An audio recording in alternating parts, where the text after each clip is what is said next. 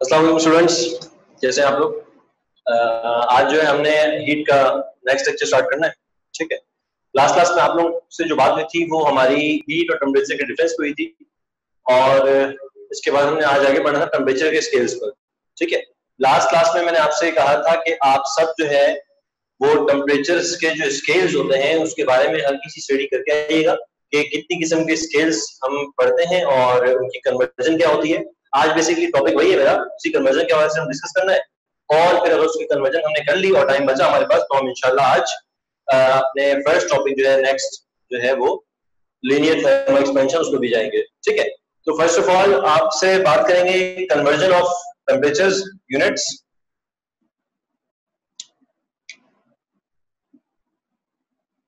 Conversion की बात करेंगे, ये इसलिए करें कि ये पूरे जो है ना आपके फिजिक्स के सिलेबस में आपको काम आएगा। हर जगह पे जहाँ पे टेम्परेचर आपके पास न्यूमेरिकल में यूज होगा वहां पे कन्वर्जन जरूरी होती है और हमें कन्वर्जन सीखनी पड़ेगी। ठीक है, अच्छा, आवाज में या वीडियो की क्लैरिटी में कोई इशू हो तो आप काइंडली चैट बॉक्स में आप हमें बताएं। ठीक है, कोई भी इशू लगे आपको ताकि हमारा लेक्चर वेस्ट ना हो। ठीक है, अच्छा, कन्वर्जन में मैंने आपसे कहा था कि हमारे पास तीन किस्म के टेम्परेचर की यूनिट्स हैं। इसमें सेल्सियस है, फ़ारेनहाइट है और आपके पास केल्विन है। ठीक है, जो ऐसा यूनिट ऑफ टेम्परेचर होता है, हम टेम्परेचर के बारे में डिटेल में डिस्कस कर रहे हैं आज। ठीक है, और टेम्परेचर के बाद मैं आपको एनर्जी के भी यूनिट्स बताऊंगा। एनर्जी मींस हीट, हीट के भी कुछ सर्टेन यूनिट्स हैं। आप लोगों ने जो यूनिट सुना होगा हीट का वो मेरे ख्याल से जूल्स सुना होगा, लेकिन जूल्स के अलावा भी हमारे पास कुछ यूनिट्स हैं, उनके बारे में हम थोड़ा सा स्टडी करेंगे यहाँ पर। ठीक है, एमसीक्यूज के बारे में कभी कभार पूछ लेता है, अदरवाइज हम ऐसा यूनिट जूल यूज कर रहे होते हैं। और यहाँ पर टेम्परेचर के तीन यूनिट, सबसे पहले मैं कन्वर्जन करवाऊंगा आपको केल्विन टू सेल्सियस। ठीक है, डिग्री सेल्सियस। सबसे पहले हम करेंगे केल्विन, नंबर 1 कन्वर्जन है हमारी केल्विन टू डिग्री सेल्सियस। ठीक है, देख लें अपने पास केल्विन टू डिग्री सेल्सियस या Celsius to kelvin degree, sorry kelvin. ठीक है, इसमें कन्वर्जन करेंगे। आप सबको पता होगा कि जब भी हमारे पास टेम्परेचर केल्विन में दिया जाता है और सेल्सियस में करना होता है तो हम उसमें से माइनस करते हैं 273।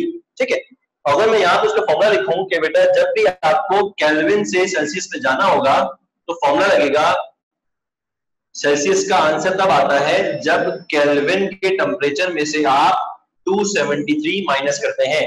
फिर फर्स्ट सपोज करें मैं आपको बोलूं कि मेरा टेम्परेचर इस वक्त है 300 केल्विन, तो बताएं सेल्सियस में कितना होगा। तो 300 केल्विन को आप यहाँ रखेंगे केल्विन, लेकिन टी के का मतलब होता है टेम्परेचर इन केल्विन और टी डिग्री सेल्सियस का मतलब होता है टेम्परेचर इन डिग्री सेल्सियस।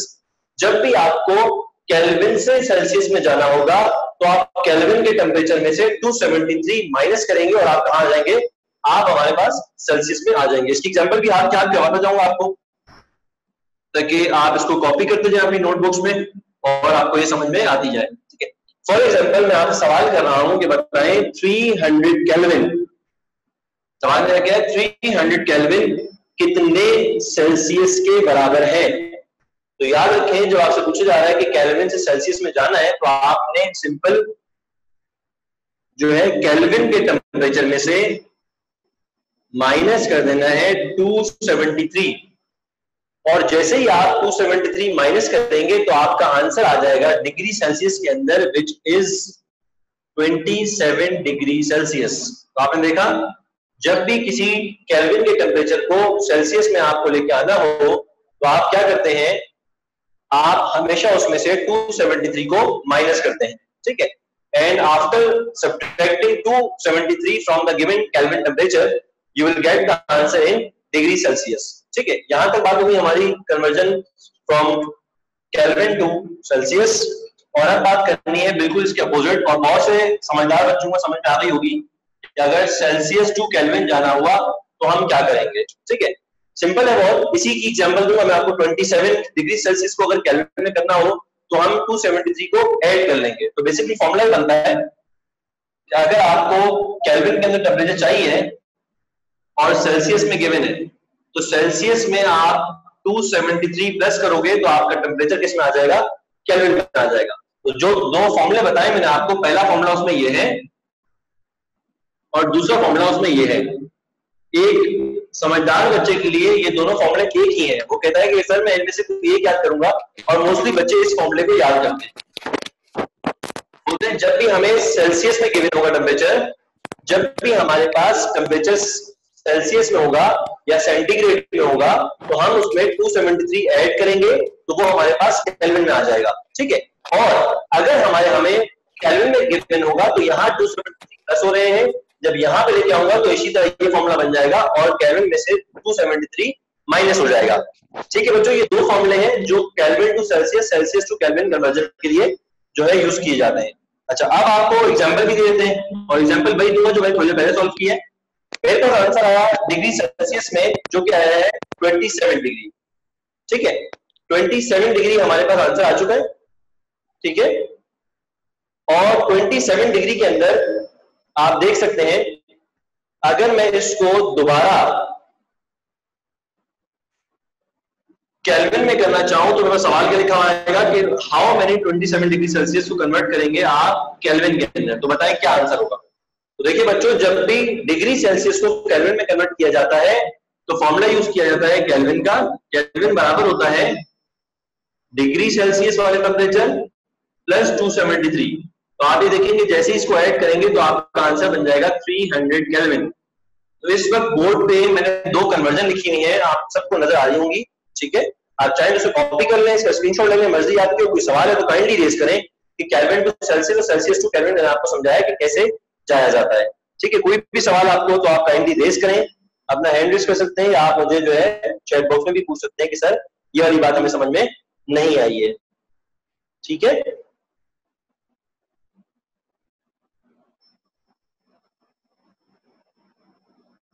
जी आगे चले।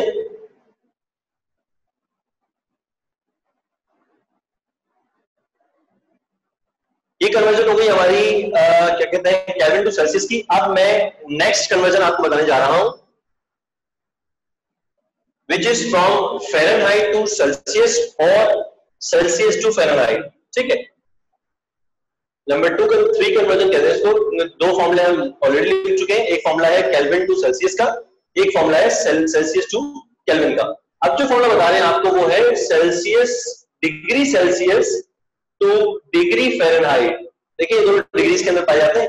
ठीक है, और डिग्री सेल्सियस और डिग्री फ़ारेनहाइट के अंदर कन्वर्जन करनी है मैंने, यानी मुझे टेम्परेचर दिया जाएगा सेल्सियस के अंदर और मुझे उसे कन्वर्ट करना होगा फ़ारेनहाइट के अंदर। तो फॉर्मूला बेटा इसका ये है, मैं फॉर्मूला देख रहा हूं, आप लोग भी देख लें।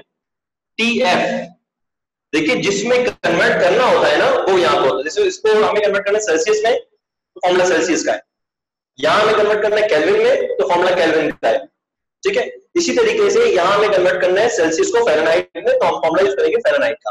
और फ़ारेनहाइट का क्या फॉर्मूला है, कुछ बच्चों ने छोटी क्लासेस में ये फॉर्मूला ऑलरेडी पढ़ा हुआ है। वो क्या है, 9/5 multiply by T degree Celsius plus 32। ठीक है, इस तरह का फॉर्मूला कुछ आप लोगों ने पढ़ा हुआ है, 9/5 multiply by temperature in degree Celsius plus 32। ठीक है, ये फॉर्मूला है सेल्सियस टू फ़ारेनहाइट का। ठीक है, होपफुली आपको सबको समझ में आ रही होगी। और बुक के अंदर आपकी, और क्या कहते हैं नोट्स के अंदर भी आपको ये फॉर्मूला ऐसे गिवन होगा, 9/5 को वो डिवाइड कर लेगा। देखा बच्चों, जब 9/5 डिवाइड होगा तो फॉर्मूला सिंपल हो जाएगा आपके सामने, तो इसमें परेशानी वाली बात नहीं है। आप बड़े बच्चे हैं, माशाल्लाह से सेकंड तक पहुंच चुके हैं, तो ये 9 डिवाइड बाय 5, अगर आप कैलकुलेटर से 9 को 5 से डिवाइड करेंगे तो आपका आंसर आ जाएगा 1.8। तो 1.8 multiply by temperature in Celsius plus 32। तो मैं आपसे कहूंगा कि आप degree Celsius two degree Fahrenheit का ये फॉर्मूला याद रखिएगा। ठीक है, इससे क्या होगा, इस फॉर्मूले में आपको चाहे degree Celsius to Fahrenheit conversion करने को बोलेगा या फ़ारेनहाइट टू डिग्री कहेगा, आपको दोनों तरीके से आता हुआ सिर्फ फॉर्मूले को हल्का सा शिफ्ट करने की जरूरत पड़ती है। यानी अगर आपको कहेगा सेल्सियस दे रहे हैं आपको और फ़ारेनहाइट में कन्वर्ट करो, तो आप यही फॉर्मूला।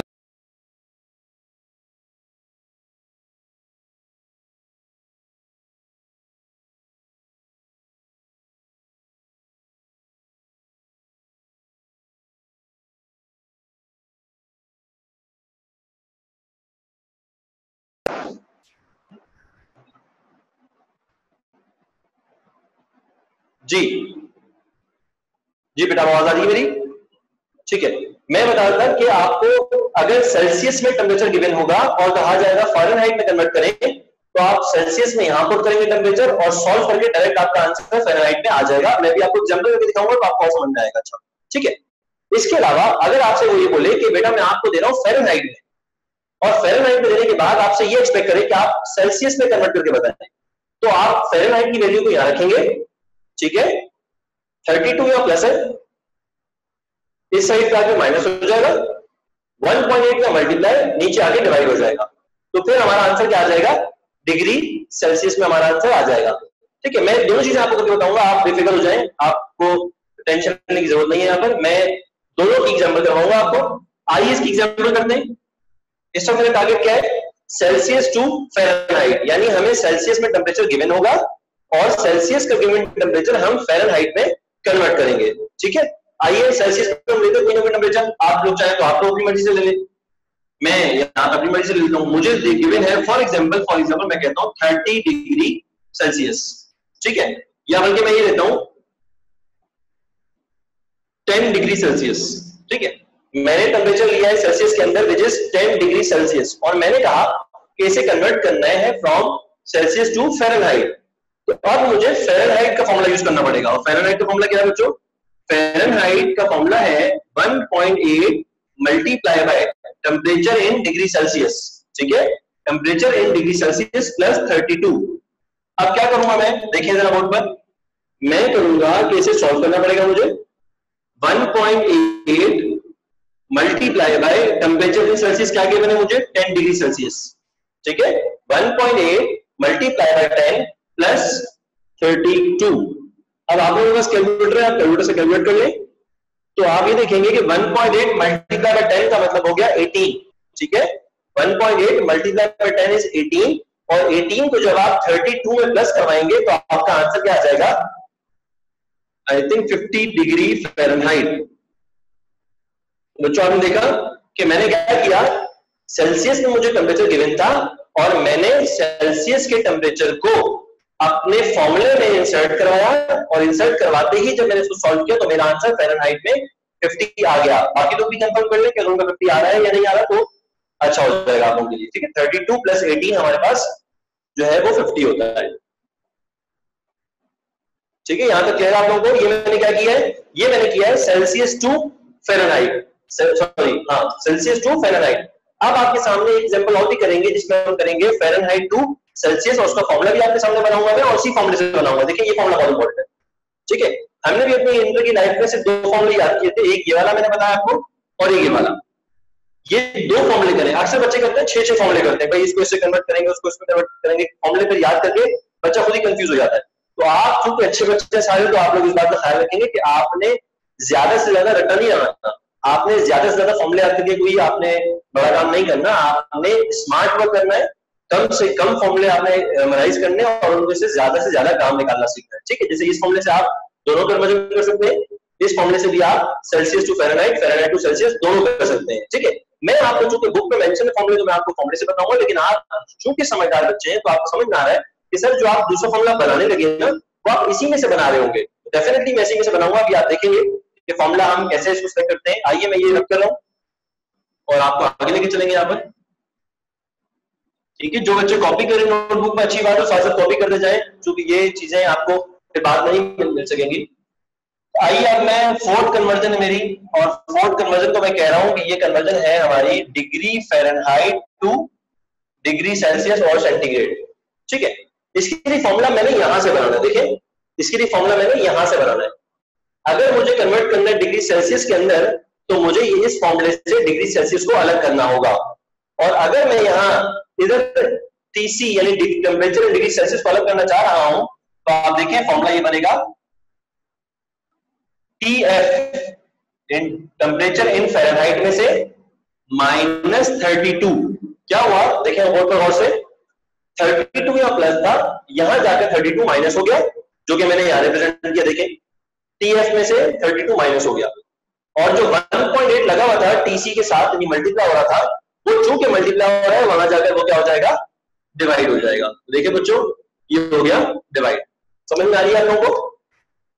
अब आप कहें मुझसे कि सर ये तो नया फॉर्मूला बना दिया आपने। जी बेटा, बिल्कुल नया फॉर्मूला नहीं है ये ये फॉर्मूला नया नहीं है, तो बच्चा ऐसा ना समझे कि उसको सर अलग याद करना पड़ेगा और उसको अलग याद करना पड़ेगा। नहीं बच्चों, ये दोनों एक ही फॉर्मूले, आप चाहो तो इसको याद कर लो, चाहो तो इसको याद कर लो, ये थोड़ा आसान सा फॉर्मूला है, आप इसे याद करें तो ज्यादा अच्छी बात है। और एग्जाम में अगर आ गया इसका रिवर्स तो आप इसको अलग करना जानते हैं, क्योंकि आप मास्टर से प्री इंजीनियरिंग और प्री मेडिकल और कंप्यूटर साइंस के स्टूडेंट्स हैं, आपको ये चीजें अच्छी से आती हैं। ठीक है, आइए अब मैंने जो मेरा आंसर आया डिग्री फ़ारेनहाइट का 50 आया, इसी डिग्री फ़ारेनहाइट के आंसर को मैं कन्वर्ट करने लगा हूं वापस से किसमें, सेल्सियस में। तो आइए कहां पुट करेंगे हम इसको पुट करेंगे जहां पे एग्जांपल लिए मैंने आपके सामने, और एग्जांपल क्या लिया हमने कि टीएफ हमारा था 50 डिग्री फ़ारेनहाइट।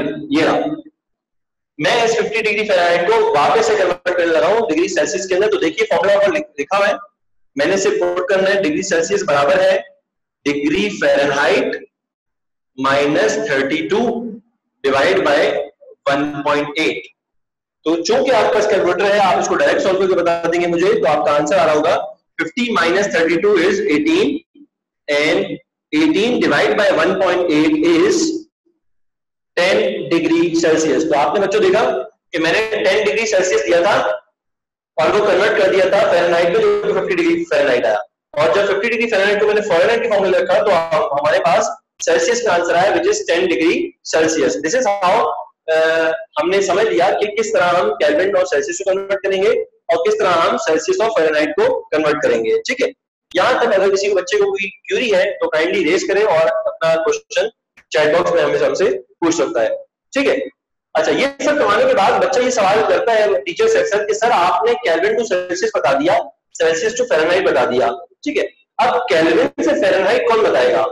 सर आपने केल्विन से फ़ारेनहाइट तो नहीं बताया। तो बच्चों बहुत छोटी सी बात है इसके लिए, आपके साथ करूंगा मैं। केल्विन टू फ़ारेनहाइट डायरेक्ट कोई कन्वर्जन नहीं है, मैं यहां पे लिख रहा हूं केल्विन टू फ़ारेनहाइट कोई डायरेक्ट कन्वर्जन नहीं है। ठीक है, जब भी एग्जाम में अगर आपसे पूछता है, वैसे तो बिल्कुल पूछेगा नहीं आपसे, लेकिन अगर पूछ लेते तो आपको पता है कि आप बोलेंगे हमें इससे घबराने की जरूरत नहीं है, क्योंकि हमें हमारा रूट पता है कि हम केल्विन से पहले डिग्री सेल्सियस में जाएंगे, फिर डिग्री सेल्सियस से फ़ारेनहाइट में आ जाएंगे, क्योंकि हमने केल्विन से डिग्री में जाने का, सेल्सियस में जाने का भी फॉर्मूला सीख लिया है और हमें सेल्सियस से फ़ारेनहाइट में जाने का भी फॉर्मूला आता है। ठीक है, तो आपको ये तमाम चीजें आती हैं तो आप ये कर सकते हैं। ठीक है, इसमें आपको कोई परेशानी वाली बात नहीं होनी चाहिए। ठीक है, यहां तक किसी को कोई सवाल है तो काइंडली रेज करें। मेरा टॉपिक कन्वर्जन ऑफ टेम्परेचर का यहाँ पर खत्म हो चुका है। ठीक है, इसमें एक इंपॉर्टेंट बात बतानी जो अक्सर हर साल में एमसीक्यूज बन के बच्चों को परेशान करता है, वो एमसीक्यूज की बात यहाँ पे आपसे डिस्कस करनी है। ठीक है, यहाँ पे इश्यू है तो काइंडली आप अपना सवाल रेज करें और जल्दी से उसका जवाब हासिल करें। ठीक है, जो चीज पूछी जाती है, जो सवाल पूछा जाता है वो ये सवाल है बच्चों, मैं आपको बता दूं एमसीक्यूज में इंटरमीडिएट के जो एमसीक्यूज होते हैं फर्स्ट चैप्टर के हीट के, उसमें एक सवाल अक्सर पूछा जाता है कि बताएं किस टेम्परेचर पे, सवाल किस टेम्परेचर पे फ़ारेनहाइट और सेल्सियस बराबर हो जाते हैं। ठीक है, सवाल सुनिएगा, सवाल ये कहता है कि किस टेम्परेचर पे जाकर डिग्री फ़ारेनहाइट और डिग्री सेल्सियस एक दूसरे के बराबर हो जाते हैं। इस सवाल का जवाब आपको देने लगे हम कि बच्चे में एमसीक्यूज है, एमसीक्यू जो बच्चे को टिक करना होता है कि भाई इस टेम्परेचर पे जाकर उसको आप प्रूव भी कर सकते हो, फॉर्मूले में डाल के अगर आप प्रूव करना चाहें तो आप उसको प्रूव भी कर सकते हो। ठीक है, जवाब इसका ये है कि दोनों टेम्परेचर बराबर होते हैं -40 पर। -40 degree Fahrenheit is always equal to -40 degree Celsius. ये मैंने बहुत इंपॉर्टेंट बात बताई है यहाँ पर, इस पे आप स्टार्स भी बना लें अपने पास। सर ने एक बात बताई थी एक दफा फर्स्ट लेक्चर के अंदर कि डिग्री फ़ारेनहाइट और डिग्री सेल्सियस दो स्केल अलग अलग हैं टेम्परेचर के, लेकिन ये दो स्केल आपस में बराबर कब होते हैं? -40 पर। ठीक है, यानी -40 degree Celsius is always equal to -40 degree Fahrenheit. अगर ये बात आपको प्रूव करनी है तो आप क्या करें, इस -40 को यहाँ पे डाल देंगे तो ओवरऑल आंसर आपका यहाँ पर फ़ारेनहाइट का -40 आ जाएगा। और अच्छा बच्चा जो है वो फौरन से करके भी देखेगा कि आया सर सही कह रहे हैं, गलत कह रहे हैं, या कोई गलती नहीं हो रही सर से। ठीक है, या कोई और डिग्री है और हमें यहाँ पे गलत बताई जा रही है, तो फौरन से बच्चा जो है क्लिक करता है और इसको सर्च आउट करता है। तो यहाँ पर ये मैंने आपको बताई है बात, इसको लाजमी अपने पास लिख लें नोटबुक में कि ये वो टेम्परेचर है -40 जिस पर फ़ारेनहाइट और डिग्री सेल्सियस आपस में एक दूसरे के बराबर हो जाता है। ठीक है बच्चों, यहाँ तक मैं टेम्परेचर की कन्वर्जन के टॉपिक रखूंगा। किसी बच्चे को कोई सवाल अब तक नहीं है, इसका मतलब बच्चे बहुत ज्यादा ज़हीन है और उनको तमाम की तमाम कन्वर्जन समझ में आ चुकी है। ठीक है, तो अब मैं इसको आगे लेके चलूंगा और आपको नेक्स्ट टॉपिक पढ़ाने की तरफ हम चलेंगे यहाँ पर।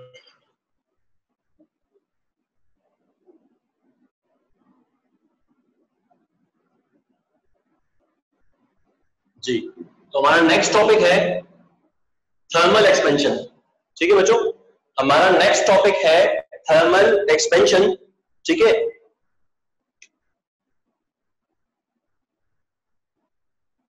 थर्मल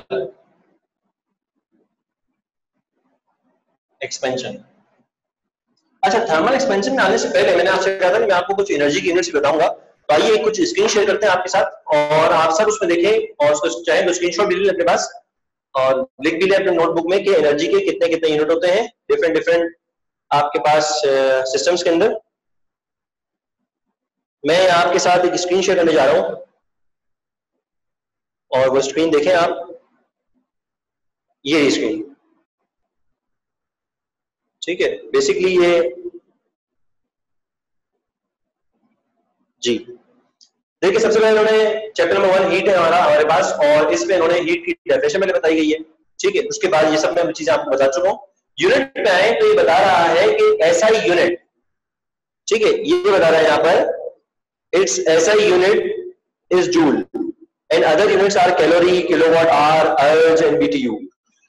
ये सारे के सारे यूनिट एनर्जी के होते हैं। कोई एमके सिस्टम में है, कोई सीजीएस सिस्टम में है, कोई एफपीएस सिस्टम में है।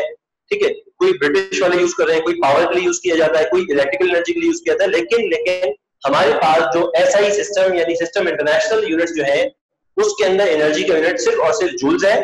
ठीक है, आप याद रखिएगा, एनर्जी का यूनिट हमारे पास सिर्फ जूल्स है। कब? सिर्फ एसआई सिस्टम्स के अंदर। लेकिन एनर्जी के अलग दूसरे यूनिट्स भी हैं जिसे कैलोरी कहते हैं। जैसे कि हम खाना पीना खाते हैं तो हम कहते हैं हमारी कैलोरीज में एनर्जी हम गेन कर रहे होते हैं। तो basically calorie is also the unit of energy. इसके अलावा किलोवाट आवर, जो कि आप फर्स्ट ईयर के अंदर भी पढ़ चुके हैं, फर्स्ट ईयर फिजिक्स में हम लोगों ने एनर्जी का एक यूनिट किलोवाट आवर भी पढ़ा था, वर्क पावर एंड एनर्जी के चैप्टर के अंदर, ये भी आपको पता होगा। और अर्ज एंड बीटीयू मेरे ख्याल से आपके लिए नई यूनिट है। लेकिन सीजीएस सिस्टम के अंदर, सीजीएस का मतलब होता है सेंटीमीटर, ग्राम एंड सेकेंड, इसे कहते हैं सीजीएस सिस्टम। ठीक है, ये आपने मैट्रिक क्लास फिजिक्स में भी पढ़ा हुआ है और आपने फर्स्ट ईयर के अंदर भी शुरू में स्टार्टिंग में जब हम basic quantities and drive quantities पढ़ा रहे होते हैं बच्चों को, तो ये जरूर बताया जाता है कि हमारे पास यूनिट्स ऑफ सिस्टम कितनी किस्म के होते हैं। ठीक है, यहाँ पर एक यूनिट है बीटीयू। ठीक है, इसमें ये भी जो है वो ब्रिटिश का यूनिट है और ब्रिटिश थर्मल यूनिट कहते हैं इसको।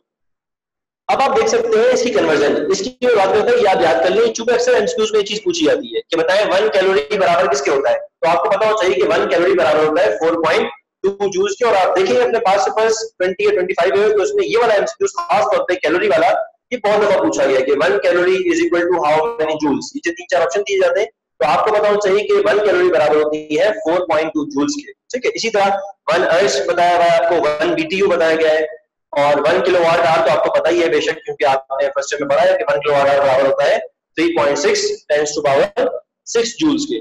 ठीक है, तो ये तमाम यूनिट्स से एनर्जी के मैंने आपसे डिस्कस करता चलूं ताकि आपको ये बात भी पता चल जाए, कहते हैं ये स्टार्ट होने से पहले, चैप्टर स्टार्ट होने से पहले आपको पता चल जाए कि हीट के ये यूनिट्स हैं और टेम्परेचर के ये यूनिट्स हैं। देखिए ये हमारे कन्वर्जन ऑफ टेम्परेचर दिया हुआ है। ठीक है, and then we are proceeding towards thermal expansion. तो आइए अब थर्मल एक्सपेंशन की तरफ चलते हैं। जी, तो मैं आपसे पूछूंगा सबसे पहले कि what do you mean by thermal expansion. Thermal expansion क्या होता है? आप में से कोई बच्चा विलिंगली चाहे तो वो चैट बॉक्स में लिख के भेज सकता है कि sir I know what is thermal expansion, and अगर बताना चाहेंगे तो अच्छा लगेगा कि बच्चे जो है वो रिस्पॉन्स कर रहे हैं क्लास में और सोए भी नहीं है। ठीक है, या जो है मौसम का मजा बाहर नहीं उड़ा आ रहे, वो वाकई जो है इसकी क्लास ले रहे हैं, मुझे ऐसा महसूस होगा। तो काइंडली आप जो है वो जिस बच्चे को भी पता है, बहुत सभी पता है, चूंकि पुराना टॉपिक नहीं है, मतलब ये सॉरी न्यू टॉपिक नहीं है आपके लिए, ये मैट्रिक का टॉपिक है। थर्मल एक्सपेंशन के जितने भी टॉपिक्स हैं आप मैट्रिक क्लास में कर चुके हैं ऑलरेडी। ठीक है, और बड़ा ही डिटेल में कर चुके हैं। इंपॉर्टेंट सवाल होता है मैट्रिक के अंदर वाला, तो मेरा नहीं ख्याल कि इस पर मुझे कोई ज्यादा जान मानने की जरूरत पड़ेगी आपके साथ।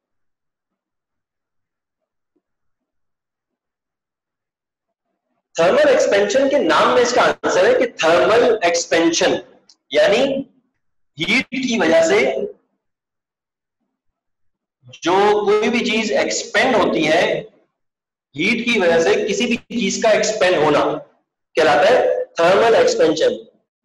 जी, यहाँ पर बच्चों के जवाब आना शुरू हो गए हैं कि tendency of matter to change its volume according to temperature. Okay, changing of material size due to heating.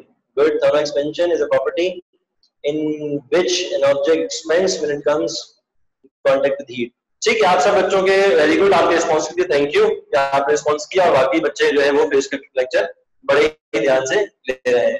तो आप सब ने कुछ कुछ कहा कि भाई हीट जब कांटेक्ट में आती है किसी ऑब्जेक्ट से तब जो है उसका जो साइज में चेंजिंग आती है उसे हम थर्मल एक्सपेंशन कहते हैं। किसी ने कहा कि वॉल्यूम जो है टेम्परेचर के हिसाब से बढ़ता है तो उसे एक्सपेंशन कहते हैं। तो काफी अच्छी रिस्पॉन्स है, बिल्कुल सही कहा आप लोगों ने बच्चों। मैं उसी कॉन्सेप्ट को थोड़ा सा और पक्का करने जा रहा हूँ। थर्मल एक्सपेंशन की डिफरेंट टाइप्स है, इसमें लीनियर थर्मल एक्सपेंशन भी है, वॉल्यूमेट्रिक भी होता है, सुपरफिशियल भी होता है। हमारे कोर्स में जो है तो हम दो ही पढ़ेंगे। इस वर्ड का मतलब होता है, जैसे कि एक जवाब है बच्चे का कि सर हीट की वजह से अगर कहीं हीट इन्वॉल्व हो जाए और हीट की वजह से किसी भी बॉडी का साइज चेंज हो जाए, एक्सपेंड कर जाए, तो उस एक्सपेंशन को हम कहते हैं थर्मल एक्सपेंशन। देखो एक्सपेंशन तो खींच के भी किया जा सकता है, एक्सपेंशन जो है फोर्स लगाकर भी किया जा सकता है, ठीक है, एक्सपेंशन प्रेशर देके भी किया जा सकता है, लेकिन वो तमाम के तमाम एक्सपेंशन थर्मल एक्सपेंशन नहीं होंगे। थर्मल एक्सपेंशन वो होता है जो सिर्फ हीट की वजह से किया जाए, यानी अगर किसी बॉडी का मैं हीट देकर टेम्परेचर रेज कर रहा हूं और टेम्परेचर रेज करने की वजह से अगर कोई बॉडी एक्सपेंड कर जाए, चाहे वो लेंथ में एक्सपेंड करे चाहे वो वॉल्यूम में एक्सपेंड करे, that is known as thermal expansion.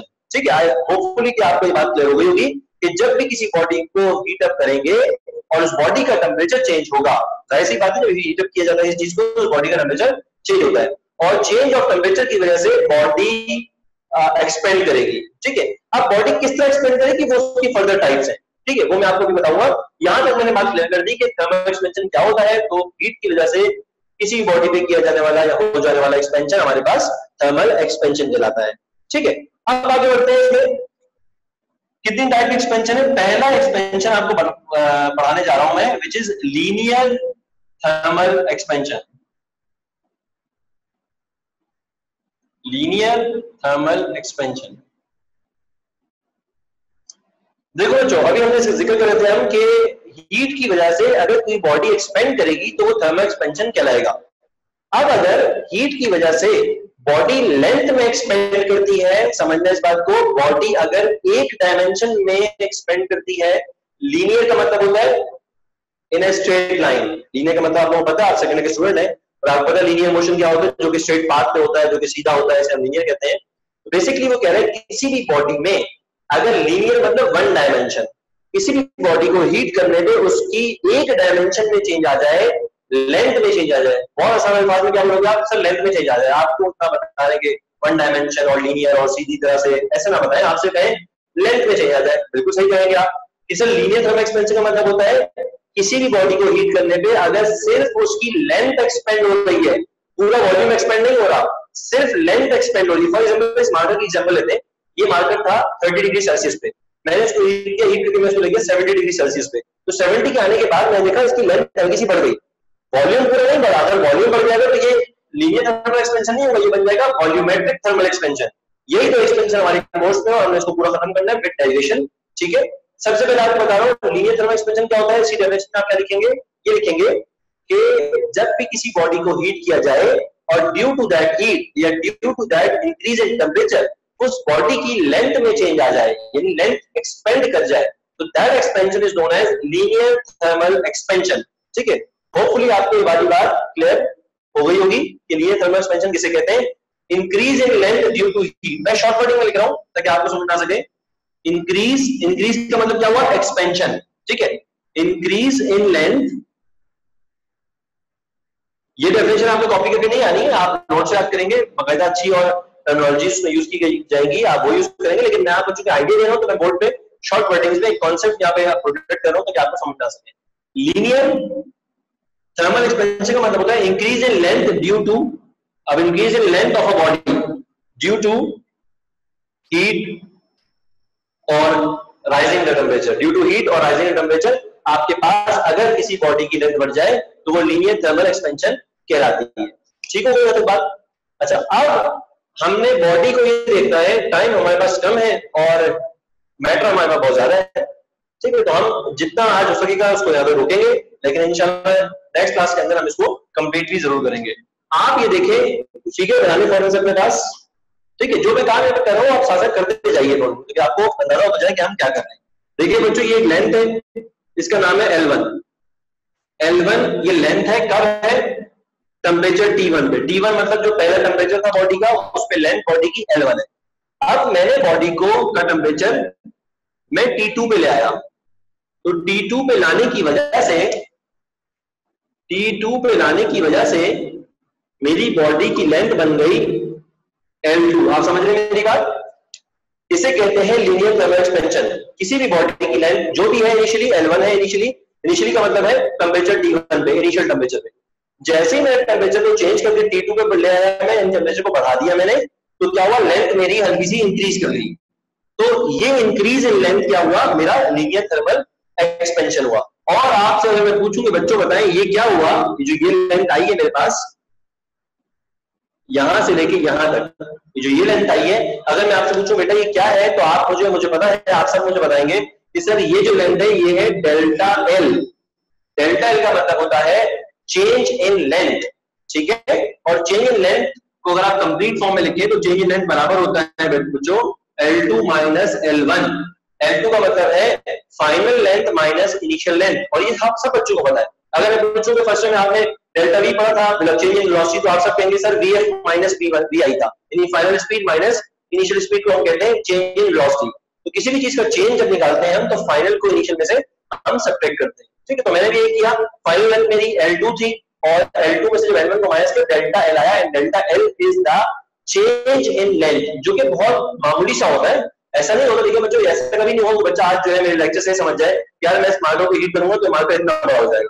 ऐसा नहीं हो सकता, इतनी बड़ी लेंथ नहीं बढ़ेगी, इतनी सी बढ़ेगी कि वो, अगर मेरी इसकी लेंथ 1 मीटर है, तो ऐसा नहीं कि हीट करने में 2 मीटर हो जाएगी, वो मीटर के भी कुछ फ्रैक्शनल पार्ट में बढ़ेगी, इतनी कि मुझे महसूस नहीं होगी विजिबली। अगर मैं उसको देखूं नेक्ड आई से, तो मुझे इतनी ज्यादा महसूस नहीं होगी। यानी अगर मेरी लेंथ मार्कर की 1 मीटर है, एग्जांपल दे रहा हूं आपको, तो हीट करने के बाद इसकी लेंथ हो जाएगी 1.0000002 मीटर। तो जो 0.00002 था वो basically change in the length है, वो बहुत छोटा सा होता है, मामूली सा होता है। अभी मैंने बोर्ड पे इसलिए बड़ा बनाया तो कि आपको वाज़ेह तौर पर दिखा सकूं कि बेटा L1 ये होता है, L2 ये होता है, और डेल्टा L हमारे पास लेंथ होती है, ठीक है। यहां तक मैं आपको समझा चुका हूं जी। यहाँ पे सवाल आया बच्चेगा कि इससे फायदा क्या होता है। देखो बेटा, इससे फायदा तो नहीं होता, फायदे से मेरा मतलब मैं ये काम किसी फायदे के लिए नहीं कर रहा। ये टॉपिक है फिजिक्स का जो कि हमने पढ़ना है, जो कि डिफरेंट एप्लीकेशन में यूज किया जा रहा है। अगर आप पूछेंगे सर कहाँ यूज किया जा रहा है, तो बेटा देखिए जितनी बिल्डिंगें बनती हैं, जितना कंस्ट्रक्शन वर्क है, जितने आपके यहाँ पुल बन रहे हैं, green line, yellow line, orange line जो भी बन रही है कराची के अंदर, आई डोंट नो कब तक बनेगी, लेकिन बन तो रही है। जहां भी कंस्ट्रक्शन का काम चल रहा है, पुल का काम चल रहा है, ब्रिजेस बन रहे हैं, रेलवे ट्रैक्स बन रहे हैं, सब जगह पे आप क्या यूज कर रहे हो? कोई ना कोई मटेरियल यूज कर रहे हो। सरिया यूज करते हैं हम, स्टील यूज करते हैं हम, आयरन यूज करते हैं, ये सब मेटल्स हैं, ठीक है। जब ये मेटल्स, चूंकि हम पाकिस्तान में कराची में रहते हैं, तो वहाँ पे टेम्परेचर बहुत हीटर होता है, नहीं सर्दियों में सर्दियां भी होती है, गर्मियों में शदीद गर्मियां भी होती है। तो ऐसे मौकों पर जब गर्मी बढ़ेगी ऐसे मटेरियल्स पे, बिल्डिंग में मौजूद सरिये पर, तो वो हल्का सा एक्सपेंड करेगा। तो उसके एक्सपेंशन को मद्देनजर रखते हुए हमें कंस्ट्रक्शन करनी है। अगर फर्स्ट रेल की पटरी में अगर आपने देखा होगा, रेलवे ट्रैक जो होता है उसमें आप देखो हल्के से बीच में गैप्स होते हैं। वो गैप बेटा क्यों छोड़े जाते हैं? वो गैप इसलिए छोड़े जाते हैं कि अगर कभी इतनी गर्मी पड़े, रेलवे ट्रैक अगर एक्सपेंड हो, तो ये दो जो रेलवे ट्रैक है वो आपस में मिल जाए। अगर मैं इनके बीच में गैप नहीं छोड़ूंगा, तो और अगर गर्मी पड़ गई, यहाँ पर टेम्परेचर बहुत हाई हो गया, तो ये रेलवे ट्रैक एक्सपेंड होगा, क्योंकि सॉलिड की नेचर है, वो एक्सपेंड होगा डेफिनेटली। इस तरह लेंथ एक्सपेंड हुई है, वो एक्सपेंड होगा। और अगर रेलवे ट्रैक को मैंने डिसकंटिन्यूअस फॉर्म में, यानी सॉरी कंटिन्यूअस फॉर्म में मैंने रेलवे ट्रैक कराची से लाहौर तक बना दिया, और बीच में कहीं भी फॉर एग्जाम्पल हैदराबाद के मकाम पे, जैकोबाद के मकाम पे या सिब्बी के मकाम पे शदीद गर्मी पड़ती है, 50 to 50 अबव टेम्परेचर होता है, वहां पर ये रेलवे ट्रैक बीच में से वो ब्रेक हो जाएगा। और अगर ये ब्रेक हो गया रेलवे ट्रैक, तो आपको पता है कि जो भी रेलगाड़ी चल रही है उसके ऊपर वो पटरी से उतर आएंगी, और बहुत ज्यादा ये हैजर्डस हो सकता है, डेंजरस हो सकता है, इससे काफी जानों को नुकसान होगा। तो बेटा ये टॉपिक हमने पढ़ा है, अभी आप चूंकि छोटे लेवल पर हैं, इंजीनियर्स पॉइंट ऑफ व्यू से, इंजीनियरिंग पॉइंट ऑफ व्यू से टॉपिक पढ़ने के बाद इसकी एप्लीकेशन बहुत ज्यादा यूज हो रही है हमारे कंस्ट्रक्शन वर्क में, और बहुत सारी जगहों पे यूज हो रही है। इवन जो आप कोई भी चीज, अगर आपके घर में अप्लायंसेस लगे हुए हैं, जितनी भी मेटल की प्रोडक्ट्स लगी हुई हैं, उन सब के अंदर जो भी चीज इंजीनियर्स बना रहे हैं या मैन्युफैक्चरर्स बना रहे हैं, वो इस बात का ख्याल करके बना रहे हैं कि गर्मियों में ये चीज एक्सपेंड करेगी, तो उसके केस में इतनी जगह नहीं, इतनी जगह रखनी चाहिए। तो बहुत सारी कैलकुलेशन के बाद ये चीजें बनती हैं। होपफुली आपको इसका जवाब मिल गया होगा।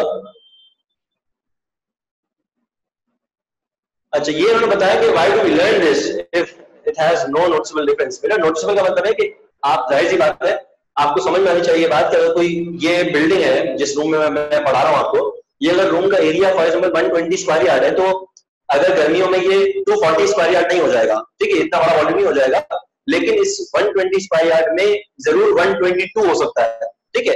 तो 122 का मतलब है ये बढ़ रहा है। अगर मैं इसको नोटिसेबल नहीं समझता और मैं समझता नहीं कोई बात नहीं, जाने दो, इसको ऐसे बना दें, इस तरह खड़ा कर दें इसका स्ट्रक्चर, और अगर कल को बढ़ता है तो जो मटेरियल मैंने 120 के हिसाब से यूज किया था, जब वो 120 होगा तो यही हाल होगा जो कराची में बिल्डिंग की गिर रही है ना बेटा।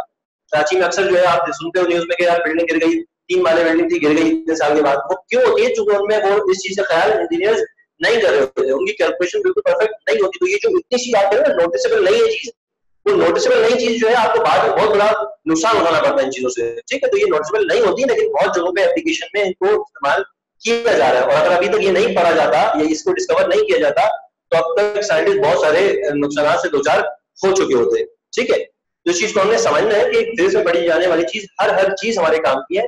कोई भी चीज ऐसी बेटा नहीं होती जिस जो हम यूजलेसली पढ़ रहे हो, मतलब जिसको काम ना हो, फजूल में आप भी टाइम वेस्ट कर रहे हो, या जो है हमारे कोर्स में जो चीजें बनी है वो भी हमारा टाइम वेस्ट करने के लिए बनाई जा रही है। तो लेक्चर तो आप जो है टाइम खत्म हो चुका है, उसका 20 सेकंड रह गया हमारे पास, लेकिन इस बात को हमने डिस्कस कर लिया।